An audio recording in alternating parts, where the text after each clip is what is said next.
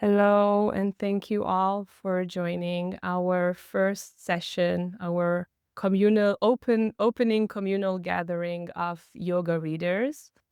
And this time we are going to read Light on Pranayama by B.K.S. Iyengar, or Guruji. I'm very excited. It's one of the books that are considered to be Iyengar's trilogy. I'll say a few words about that. And I'm also very excited about the fact that our community is continuously growing. I'm getting a lot of positive feedbacks from participants, and it really warms my heart that this topic is important for others, that other fellow practitioners and teachers are interested in reading, and perhaps for some of you rereading this text and doing it with other people.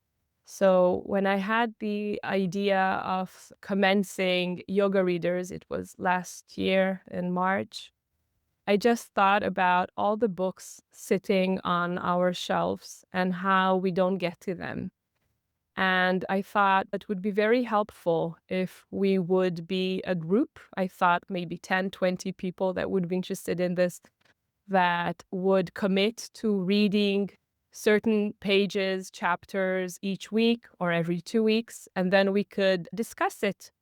I didn't have in mind that 2,000 people, over 2,000 people will be interested in this, and that we will have Zoom sessions. I thought we will just write it up somewhere in a WhatsApp group. And then people requested to have a Facebook group for deeper discussions than on WhatsApp.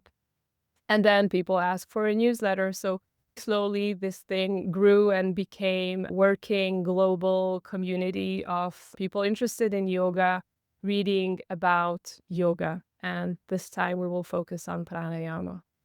So this is just a few words of why I'm excited this day.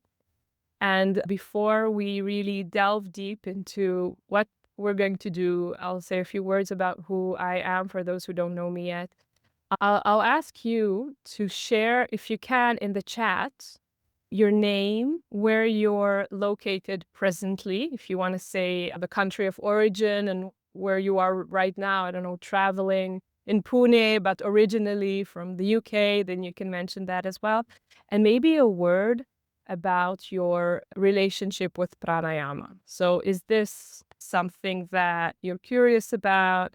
Is this something that intimidates you? Are you eager to learn about this? Maybe there is some confusion about what pranayama is. Are you skeptical about reading about something physical? So please share in the chat. And I know from my colleagues that pranayama is tricky. So sometimes people really like practicing āsana, but then when it comes to pranayama, they feel uncertain. When they learn it in a class, they fall asleep. And it could bring out a lot of issues as well. So I'll just read out from the chat. Natasha is from New Zealand. She's at home, she's a beginner, and she's curious and eager to learn about it. Karen from Western Australia practices pranayama and would like to delve deeper. I see Nada from Norway, who is a certified Iyengar yoga teacher. And if I say your name, if I mispronounce it, please let me know. I'm very sensitive about that, being named Agi. So I think this is Delphine from Cambodia presently, who is practicing pranayama intuitively daily. Very interesting. And then Vani is writing that they always start but then get stuck and have no direction. Shalom from Toronto. Ali from Scotland. She's a trainee Iyengar teacher, enjoying pranayama, but wants to deepen her understanding. And then Carol, we wrote to each other. So Carol is originally from Quebec, now living in Darwin, Australia. And she's been practicing and teaching pranayama for a long time. So maybe you can share from your experience. That would be very interesting for us. Esther from cairns, practicing to increase awareness and discovering. Maria is from Greece. Another Maria, hi Maria, from Sweden, who is curious to learn how to engage students more in pranayama. Oh, okay. Oh, Lauren from Johannesburg, intrigued to learn about balance. Okay. Ruth from Wales. Wendy from Welsh American, living in West Wales. Okay. Michelle from New Zealand. Sonali, originally from India, but living in Dubai. Oh, how wonderful. And then, okay, I can't get to read everything in the chat. Thank you all for sharing. I will read them after the session. We have someone from Cyprus and north of England. Oh, how interesting. I'm originally from Hungary, but currently living in Jerusalem, Israel. Okay, so let's get started then. I'll start by saying a few words about who I am and then about what Yoga Readers is about. So my name is Agi Wittich. I am a yoga practitioner. And on the way, I'm also an Iyengar yoga teacher. I have more certifications from other traditions, but I am only teaching Iyengar yoga for many years now. And I also have a PhD. I did a doctoral dissertation about Iyengar yoga for women at the Hebrew University of Jerusalem here in Israel. I studied under Yochanan Grinshpan, who wrote Silence Unheard about the Yoga Sutras. He's a great teacher. And also Ronit Ricci, who is researching Indonesia and women. And I also had a focus on gender studies as well as comparative religions. And in my MA research, I studied Tamil, and I had a research about yogic community in Tamil Nadu who are living by the ancient text of the Tirumandiram. And I still have a very strong connection with that community, and I really hope going to visit Chennai and Pondicherry soon. So I started practicing yoga as a teenager. And at that time, I was looking for something that is different from what was going around here in Jerusalem. So I'm talking about more than 20 years ago. So yoga wasn't that popular here.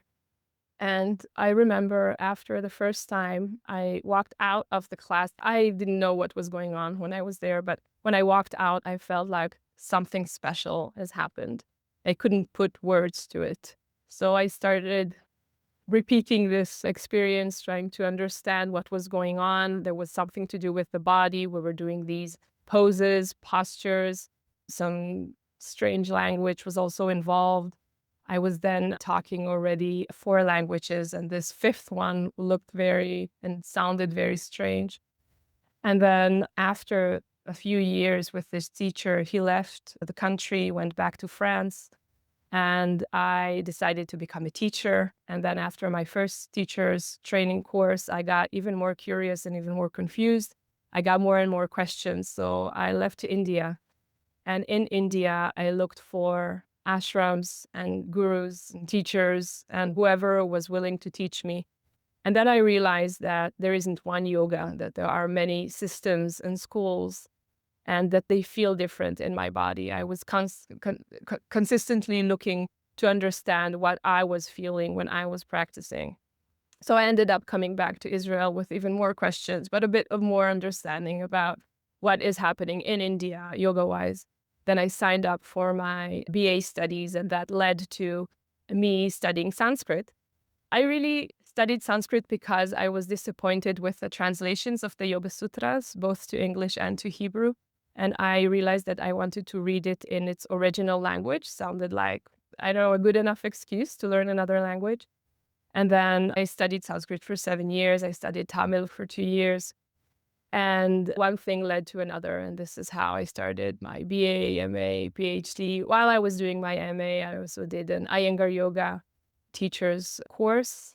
And in my dissertation, in my PhD, I interviewed over 40 senior Iyengar yoga teachers from around the world. I interviewed Gitaji, Gita Iyengar twice, and I spoke to Prashant, to Sunita, and to Abhijata Iyengar. We had a few interviews as well. So what I'm bringing here to yoga readers is my double life as a scholar and a practitioner. And I really do believe that reading about our practice and then practicing what we read helps both ways. When we read about what we practice, there is a cognitive process that is going on. We understand logically what we are experiencing. But then when we experience something on the mat, then it makes it more clear what the book is talking about. So one clarifies the other, and this way we can deepen our understanding. Yoga Readers is now a global community of over 2,000 people. I'm so excited just saying this out loud. It really started as a few dozens and it grew rapidly. And I'm so thankful to have this community. This is for me a chance to discuss, to share, to question together. It's not us sitting alone at home with our book, trapped in our thoughts, our ideas, our understandings. It's about hearing other people, and sometimes their questions challenge my ideas, the things that I think I know. And sometimes their experiences, they give words to my experiences. So I think it's very valuable to have this sangha, this community of practitioners who are reading together, sharing experiences together, thinking together. I wish we could also practice together, but we can't. So how we'll go about it? We'll read Light on Pranayama for 5 months, and we'll go by a few chapters each time. It's a difficult book to read. I had a lot of thoughts before deciding, yes, we're going to do it, because it does have some technical chapters to it. And technical parts could sound like boring, something that you don't just sit down with a cup of tea and read. So we will read slowly, and I'll say a few words about how the process will go regarding all the different platforms we have and the things I had in mind. I do have to say that I'm very open to new ideas. So as I said, the Facebook group, the newsletter, all of the Zoom sessions, they all came from requests of members. So there is a chance that if you'll ask something, I'll be open to do. We discussed in the past, we started with Light on Life, and it was very interesting. It was the first time trying to read together. I got a lot of feedback. And for me, it was rereading that book for, I don't know, the 5th time, let's say. And it felt different because we paused on different parts. Then we moved to Tree of Yoga.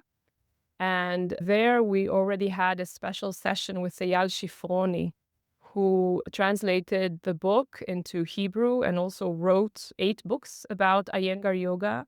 And he had a lot of inputs to share about what it means to write a book about yoga. So how to take this bodied practice into words and what you omit, what you don't write about, because it's for the general public. You don't want them to get hurt. You don't want to get them confused. So how do you choose what to write about? That was our first special session. Then we went on reading Yoga Gem for Women by Gita Iyengar. And there we had 2 special sessions. One was with Rita Keller, who also wrote 4 books about Iyengar yoga and a book about pregnancy and a book about menopause. And she shared about how she wrote, which pictures she chose, her continuous relationship with Gitaji and Guruji, and this process of what makes you want to share your knowledge and how difficult it is to actually publish a book about it. And then after we finished reading Yoga Gem for Women, we had another special session with a senior teacher, with Lois Steinberg, who also wrote several books about therapeutics of Iyengar yoga. And she also shared her inputs, and it was fabulous. All of these are available on the Yoga Readers website. I'll show you the website shortly. And it's free access and so on. And I'm very happy to say that we will have another special session with the senior teacher about pranayama, and she'll give us a bit of a taste of the practice as well. And so I'll announce this soon, and it will be open. The recording will be open and available for all, as the previous special sessions with the senior teachers were. So before going into how are we going to read it, I do want to say a few words about Light on Pranayama, why this book and why now. After all, the thoughts about not doing it because it's too big of a project. So this is Iyengar's most comprehensive work on breath. It was written from decades of practice and teaching. And Yodi Menuhin writes in his introduction to the book that Iyengar has done for the more elusive pranayama, that is the movement of air, which is said to determine life on earth, the same service that he has rendered to the physical features of Hatha Yoga. And indeed, this book is the one that Iyengar published after Light on Yoga in 1966. This book came out in 1981. And in a way, it's Light on Yoga, but now on pranayama. So very similar regarding the photos, his deep explanations about how to practice. We'll go in depth into that in our sessions. But in a way, it's also very different because the subject is different. So the method is similar. The systematic attributes of Iyengar yoga teachings are there, but the subject is different. The sacred narratives that come with it are different. This practice that you can't really see. So yesterday I went through again the pictures and I showed my son, look at his nostrils, look at the skin under his eyes, and look to what detail they went with the photos to try to explain something that is very much internal. So the poses are also internal, we know that, but it's more difficult to teach and to demonstrate pranayama than it is with postures. So really a remarkable book. The next book that is considered to be in the trilogy is Light on the Yoga Sutras of Patanjali, that was published in 1993. And these three books hold a unique place due to their comprehensive detail on technique and practice. And Iyengar himself was very confident that this book, Light on Pranayama, might eventually even surpass Light on Yoga in importance, because at the time when he wrote Light on Yoga, there were other asana manuals out there with pictures, but of course not in detail, such as Light on Yoga that had over 200 photos and so on. So Light on Pranayama was a first breathing manual, let's say. So even beyond the Iyengar tradition, if I look at scholars and what they say about this book, I have a friend, Suzanne Newcomb from the UK, who argues that Iyengar's books are likely to be considered to have a significant place in the canon of yogic texts for future generations. She says that the most important part of this book to her is the unprecedented detail that is especially in digital pranayama, and how to place the fingers on the nose. She says there are 20 pages on a subject that barely appears with such depth in other sources. So he sees that part as the gem of this book, but I see this book just as an attempt to bring us to the threshold of the place when you don't have enough words to explain what's going on in there. And he's showing us in detailed pictures how it should look like, but you can't really see your nostrils when you're placing your fingers on them, can you? You just need to feel it. And how can someone teach you? It's really a remarkable journey when it comes to this book. And just a few words about how this book was written and how it came to be. You would think that this book came after Iyengar sat with his guru, who taught him how to practice pranayama. You would think that part of this book is his notes from these classes, and that perhaps Iyengar went through a sort of initiation, or that he was chosen to learn this subject. But actually, Actually, he was denied by his teacher, T. Krishnamacharya, to study pranayama. His teacher told him that he wasn't suitable. You are not fit for pranayama. So that how did he learn? He actually peeped through a window while Krishnamacharya was practicing pranayama, and he tried to imitate whatever he was seeing, which is quite amazing, because by just imitating someone placing his hands, or if you can even see that he's holding his breath, you don't really know the technique. So he reverse engineered it. He tried to imitate what he was seeing, and then he was trying to map out what he was feeling on the inside. And therefore, I think we got this detailed explanations about how to practice pranayama, because it wasn't given to him. It's not that he was told, place your thumb here, and then he did it, and okay. No, he had to realize how to place which part of which finger, and then where the skin should move to. This is referring to digital pranayama. So this all comes from his own experience.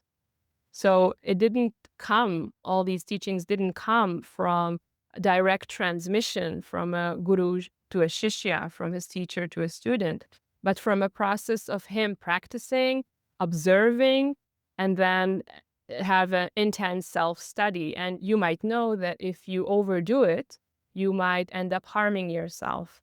You might get anxious, you might get angry, you might get dizzy. All these things might happen if you try to achieve something and you don't know really how to. You might exaggerate whatever you're doing. And that's the place where I think Krishnamurti's input was very valuable to Iyengar's understanding of how to practice pranayama on his own. Jiddu Krishnamurti is a philosopher who influenced Iyengar, and he writes about it in his book. And it was especially his concept of passive alertness that helped him to transform the way he experienced, he says, especially inhalation. So instead of, let's say, taking a breath, which is active and could be aggressive to take in, he would allow the breath to flow in. So that was a very important shift for those who practice pranayama, perhaps obvious, but a very important shift from how to approach his breath. So instead of having deep breathing, which is forced or heavy, he went to a breathing that was open with quiet awareness. And then he says that there was another teacher who influenced the way he understood pranayama, which was Yudi Menuhin, a violinist. So by watching his fingers moving on the violin, he got some insight about digital pranayama. And that's, for me, really like this interdisciplinary knowledge that comes to you when you observe one thing, but you understand about something else, which is quite amazing. You really have to have a very serious self-practice in order to get inspired by watching a musician. And he said something about how you move your fingers on the string. I know nothing about violin, I have to say that. But so I'll try to retell this story that if you push the string or pull the string too hard, the sound will be wrong. And if it's too soft, then again, the sound will be wrong. So he was trying to get to the correct sound of breath through the correct action of his fingers. It's a true genius as I see it. And my friend Suzanne Newcomb also wrote about the process of how this book was written, which is important not just for us as a historical endeavor, but to understand how we are going to read the book as well. So Iyengar wrote whatever he wrote and gave it to the editor. The editor sent it back saying, this can't be published. We won't get money for publishing this book. No one will understand what you wrote here. And then he asked for the help of two of his students, Western students. I'll write down their names, but right now I don't have them for some reason. So I'll just say two female students, Western students, who went through his notes, actually tried to practice what is written there. Like, do we understand where are the floating ribs and where they should move in this and that direction? These were serious practitioners. And then they had their notes on Iyengar's text. And then it went back to Guruji and he said, oh, So here I need to clarify this. Here I need to change the wording. So it went back and forth between Guruji and his students and the editor. So how to make this text more understandable, how to make it more accessible. And also, I see here that transition between a body of an elder Indian man and perhaps younger Western women.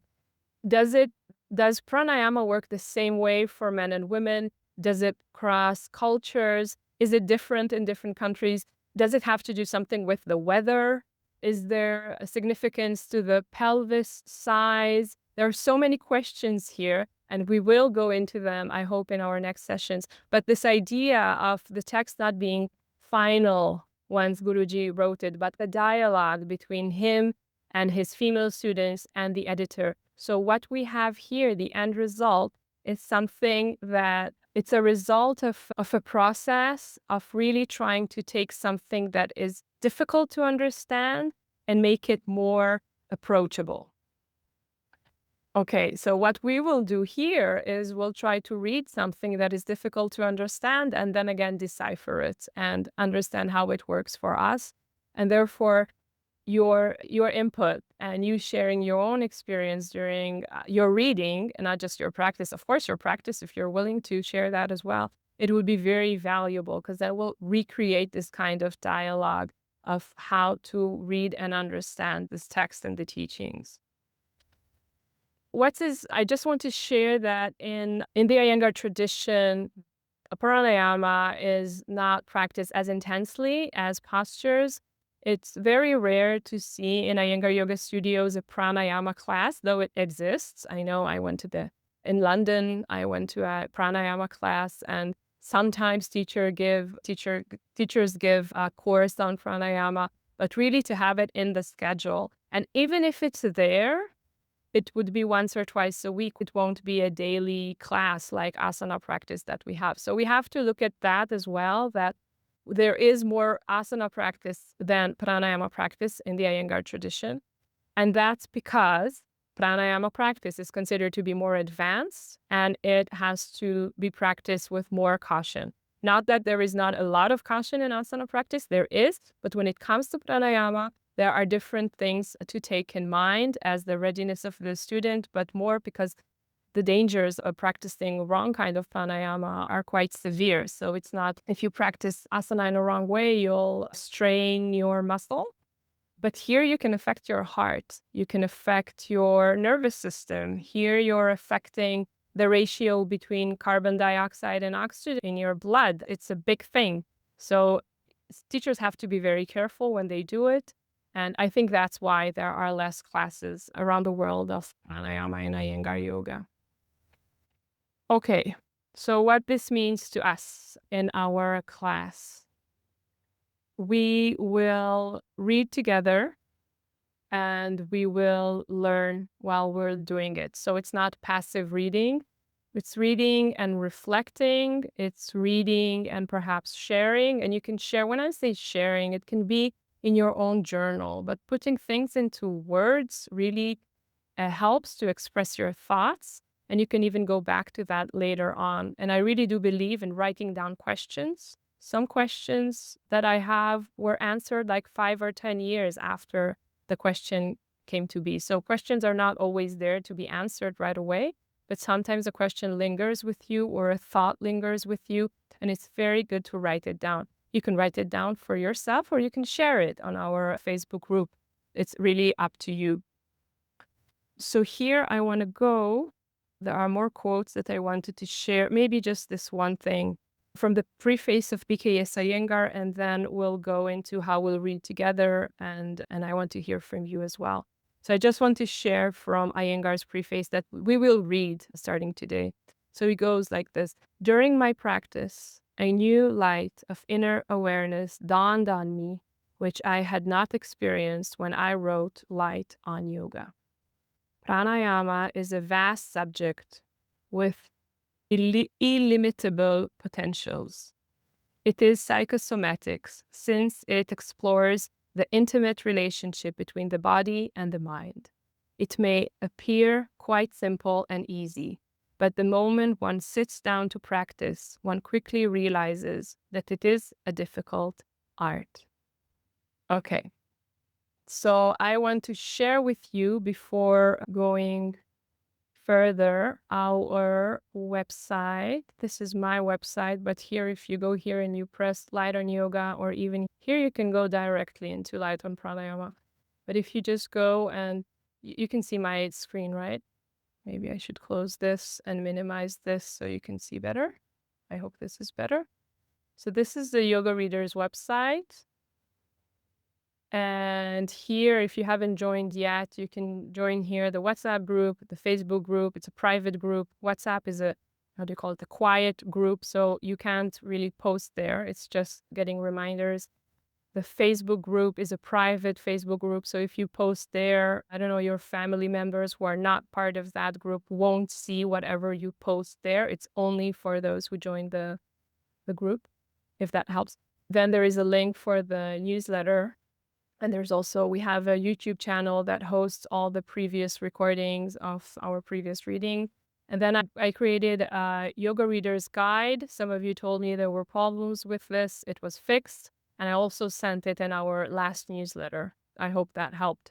So here are some details about our reading and our current reading. So I'll just go right into that. So in the previous page, you can also see our previous readings and watch the recordings there. So this is the page of Light on Pranayama. And it has quite a few interesting things in it if you haven't seen it yet. So you can add this to your Google Calendar. I constantly get these questions of when is 8 a.m. UTC. Last time I wrote GMT, it was as confusing as UTC. So if you add it to your Google Calendar, you can see your local time. And yeah, you can also just do a time converter and see it there. So here is another, again, the guide, the Yoga Reader's Guide. You need to sign up to download it. So how this cycle works: before each session, you'll read a few chapters, you'll get a reading summaries. Between sessions, you'll get focus questions, reflection prompts, a link to our current discussion post on Facebook, and you'll get the Zoom session links as well. And each Zoom session will include a short orientation of what this part, these chapters, what they do in the book, a thematic exploration. There will be time for your questions and reflections and probably breakout rooms. We will read in these sessions a few paragraphs from whatever you already read. I believe that rereading and getting more insight is part of what we're doing here. Yes, it's free. You get all of this. This is my offering to the Iyengar yoga, but really the yoga community in the world. I get many questions about why I'm doing this. I really feel a calling as a practitioner and a scholar to share, to give my, 2 cents, to give my insights about Guruji's books. And if you want, this is completely new. I've got a lot of requests to do something like this. I did a study pack, which includes the recordings of the sessions if you missed them. And there is also, PDF that has all the messages that you'll get throughout these 5 months. You'll get the reflection questions organized by units, the focus questions organized by units. There is in the PDF Sanskrit terms that appear in each part, so it's easier to be oriented. And there is also, I added like a short bibliography, both academic research about pranayama and more books about pranayama that you might be interested in, including Ashtadala Yoga Mala and Yoga Rahasya, and so these things that could be also interesting for you. And here we see the reading sessions, so you can do, they're clickable, okay? Whenever you click on them, let's click on the next one. This will be our next session. And I'm sorry, it's quite slow. So when you click on a session and it actually opens, it shows you the page numbers that you'll read. You'll get this through WhatsApp, Facebook, and your newsletter. But in case you don't, it will come up on the website. Yeah, it should come up.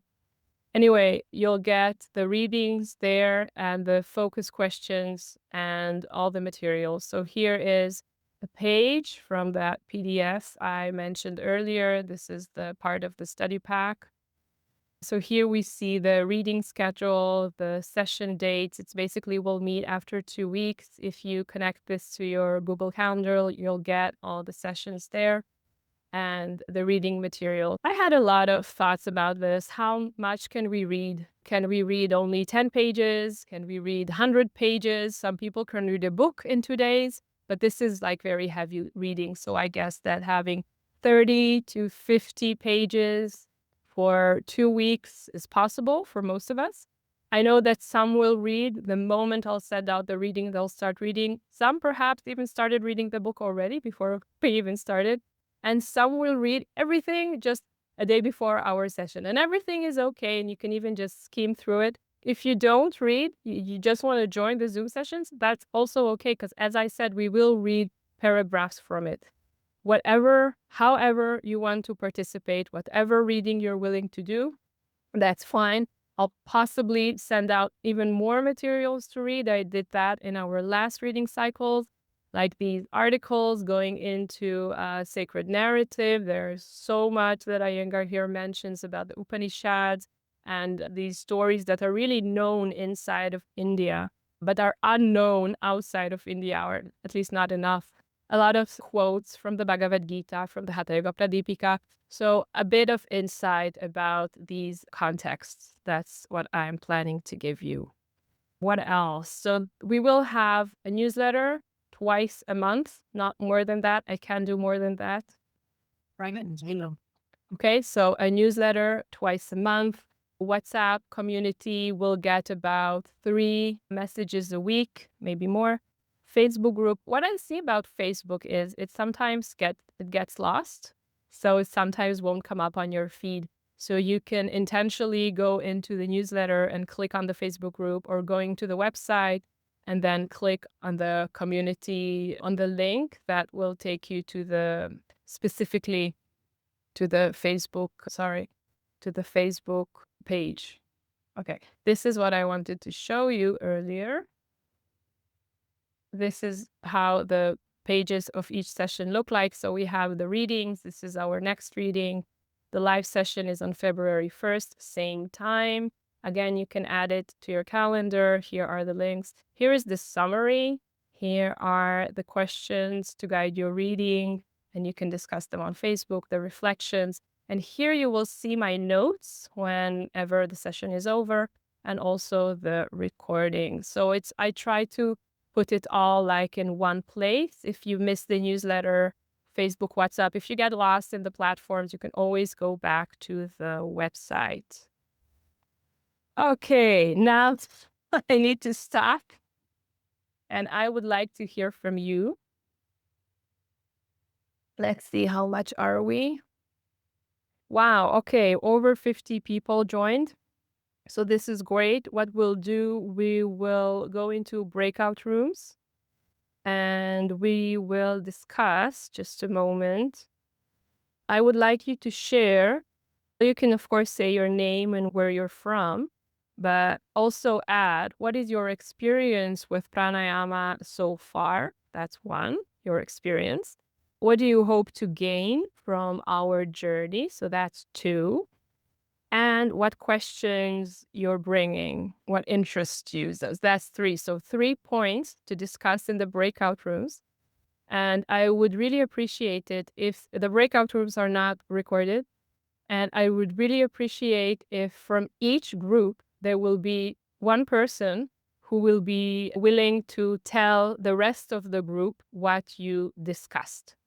Any questions about this so far? Okay. So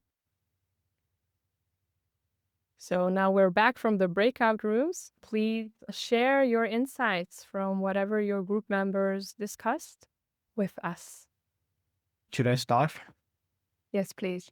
All right. Yeah, our group is, well, first of all, is everyone from everywhere, so all over the world, like from India, which is really good. So we all pretty much spend most of the time introduction, tell the story of each of us. Some was in the group, joined the reading group before, or from the reading group. all from different traditions as well. But lastly, we heard and known about Iyengar yoga. So we come in with mostly like curiosity and willing to learn, meeting new friends. For myself personally, I also add, I like the fact that I come in with no expectation, even though probably I do.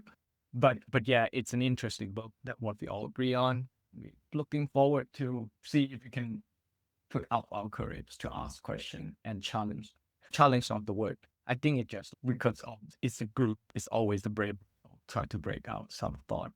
But we want to go in that in like positively. And thanks for set this up. I'll close my thing on that. Hopefully that's good. Thank you. Could you tell us how to pronounce your name? This is an interesting part of it. My is I. Okay, by the way, that's my nickname. Everyone call me I, but yeah, but my first name with was it is a Sanskrit name. So on my Zoom, I need to fix it because it actually, usually spell it wrong. But yeah, nice to meet you. Nice to meet you. Thank you. Next. Who next? In our group of the 1, 2, 3, 4, 5 of us, only one is very experienced and is looking for an opportunity to grow her teachings. The rest of us are newer and have had experience in classes, and some are looking for greater access to themselves. Everybody is looking for direction as to what breath work and when is best to apply. And that was pretty much what everybody in our group was looking for. And there wasn't really any hesitations. Everybody's anxious to learn. Thank you. Hi, our feedback from our group. We had 8 people from all over the world and all coming together really. We started with some practice of pranayama. Some people are teaching a little bit of pranayama, but everyone wants to deepen their practice and be able to teach a little bit more and learn some new techniques and meet other people that are interested in pranayama. We also had one teacher who wanted to use it for her students who have had trauma and was interested in using pranayama in that way. So thank you. Thank you, Ruth. In our group, I think we were 6, mainly from Australia, our group, and 1 from India, 1 from Cambodia. Most people said that they practice a little bit or not at all. And if they practice, it's a bit patchy. And one of the main hopes for those reading sessions is to try and use the understanding of the theory to try and inspire and help to create a more regular practice, especially in terms of structuring perhaps a practice. So that's the main gist of it. Thank you. Hopefully I'm going to be able to represent our group correctly. Czech Republic 2, UK 1, South Africa 1, Malaysian. Our group are mainly made up of teachers. The main idea was to come and learn and share. Some of them have students who they need to work with and understand pranayama a little bit deeper. So obviously I'm assuming they're going to need techniques. And the rest of us are also wanting to gain further experience so we can share. Hopefully that works. Thank you, Martina. It's lovely to see you again. Is there someone left? No? Okay. Hi, Agi. To see you. We had a group of teachers and non-teachers. We had some who were teaching pranayama to their students, others not teaching pranayama. I think the biggest thing that we all talked about was we want an actual understanding of it and more of an understanding of how pranayama you can injure your students if you are not teaching pranayama correctly. Thank you. I'll share that I had a lot of requests to have pranayama, let's say, practical course on Zoom. And I do know that some Iyengar yoga senior teachers are offering this. I did contact someone and I don't feel confident enough to do it myself. I think that others are in a better position to teach pranayama through Zoom. And I did approach someone. We'll see what they answer. And now you just gave me an idea, Karen, that maybe we should have a session for teachers, of how teachers should teach and not just how should practitioners practice. So as I said, I'm listening to your ideas. Ideas come to mind as I listen to you as well. And it's something that works together. So it's a community. These are not my lectures about a certain topic, but it's something that we're doing together. I do want to say that the study pack that I created, that took a lot of effort actually, has an early bird pricing to it. So until today, it's about $62, which is all the recordings of all the sessions. And this PDF, this study book that you can use. And if you want, I already sent out the links. I can resend it. And if you want, just get it. If you want to get it later, that's also okay. And there will be a possibility to, if you miss just one Zoom session, just to get that recording. It became too much of a hassle for me editing all the videos and then storing them and having access. So I'm still doing this all by myself, but I am doing it. And the way to go forward with it is to ask. I think it's about $9 per recording. So come to the Zoom sessions. They're completely free. They're open. This is where the magic happens.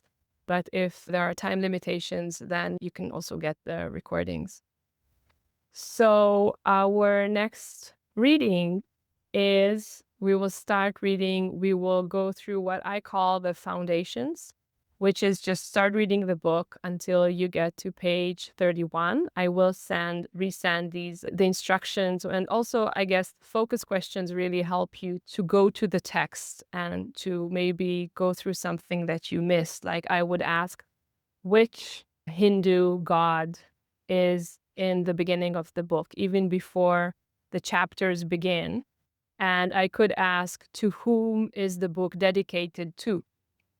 So these are just interesting questions. You might just skim through the first pages and miss that it is dedicated to his late wife, Ramamani, and that it is Hanuman, the god that is mentioned on the first pages. And then that there is an invocation to Lord Hanuman as well. We are so used to the invocation to Patanjali that we might just overlook that there is another figure here involved. And Hanuman is the Lord, we could say, he's the son of the Lord of Wind, right? He's the son of Vayu. But it's interesting just to note that this book comes in a certain context. It comes at a certain time of Iyengar's life. It's not just Light on Yoga, Volume 2. He had a lot of experience between writing these two books. And then I really would like you to read the introduction, both by Yehudi Menuhin, and then we have the foreword and the preface. So all these stuff that usually we don't read through. I don't know about you, but when you're on a teacher's training course, you just go to the essence. How do I practice Ujjayi? How do I set up the props? And you don't read the preface. So please do go through the contents and see. What I like to ask people is, what is missing? So if you would have written the contents, would you have expected to have another part that is missing? For instance, if he would have only the nadis and the chakras, I would say, where is something about the lung, something about the blood? We need something about the physical body, and vice versa. So you can't talk about it only physically. You do need the energetic system in place. So just see, this is maybe for the more advanced scholars that are looking into the Hatha Yoga Pradipika and just Hatha Yoga techniques, which techniques are not mentioned in the contents, that they are mentioned in the book, but they're not here. So maybe you are looking for something and you don't see it just in these 2 pages of contents. It's like a game to play. And then you'll go into section 1, the theory of pranayama, that has several chapters. And I would recommend for you to have a small notebook next to you. I don't know if you write with the pencil on paper, or you just put it on your phone, or maybe you just have a vocal, how do you call that? A vocal message, a vocal note, whatever. Have notes. Stop and pause. What is missing? Do I agree with what he's writing? Does it resonate with me? Do I like it? Do I dislike it? Is this what I expected? You said no expectations. We always have expectations. What is there? How does it touch me, whatever I'm reading right now? So it becomes more of an active reading this way, instead of just going through the words. Do you get what I'm saying? It becomes more alive this way. Not just practicing trikonasana, straight legs, straight arms, staying in the pose, come out, but really exploring. I have 2 legs. The legs have different parts. The arms have different parts. I am breathing. I am looking. I am hearing. There are so many parts of me being in trikonasana, and that posture also has so many cues to it. What's going on? So when you're reading, read it like you practice. Read and be alert. Don't just take it in. What's missing? What I agree with? What I disagree with? What questions come to mind? What surprised me? You'll learn a lot about yourself if you do this journaling process. And then if you share it with us, that would be great, because I think for every one person that shares a question or a thought, there are about 10 people or more that are having the same thing in their mind, but they haven't expressed it yet. So that makes it more alive and more communal. Okay, so I will send a recording of this session through the newsletter, the WhatsApp, the Facebook. It will be on our webpage as well. It's free, it's open for all. And I'm here for any questions. Again, through Facebook Messenger, WhatsApp, you can email me. And if you have questions right now, please open your mic and ask them. You can also write them in the chat. Agi? Yes. Thomas. Yes. And maybe it's not the right time to ask this question, but anyway, you just came into the chat group and you said, in the discussion group, you said, you spoke something about trauma-informed. I don't know, maybe it's not the right moment to speak about this. Can you just shortly speak a bit about trauma-informed and pranayama? We understand that. Whatever you would like to say. So there is a very strong connection that we call it body-mind. Doesn't say anything, does it? There is a very strong connection between what we do in the body and the thoughts, emotions, and memories that come up within us. So let's say go back to not trikonasana, shirshasana, okay?